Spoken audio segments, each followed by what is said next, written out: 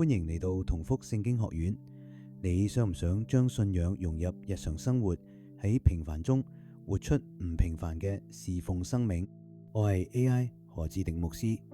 羅馬書12章1節教導我哋要將身體獻上，當作活祭，是聖潔的，是神所喜悅的。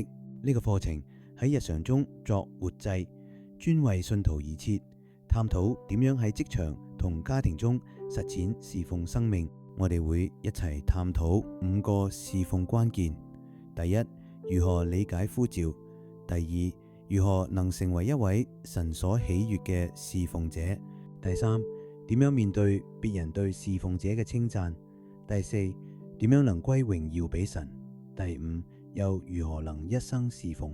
聖經提到信徒皆祭司，對應今日信徒都可以話係信徒皆牧者，只係有不同性質同對象。所以呢一個科目可以話係每一位有心侍奉或者已經有侍奉嘅信徒都應該考慮報讀。課程將會喺6月28號開始喺同福聖經學院舉行，當中包括5堂密集嘅反思同埋學習。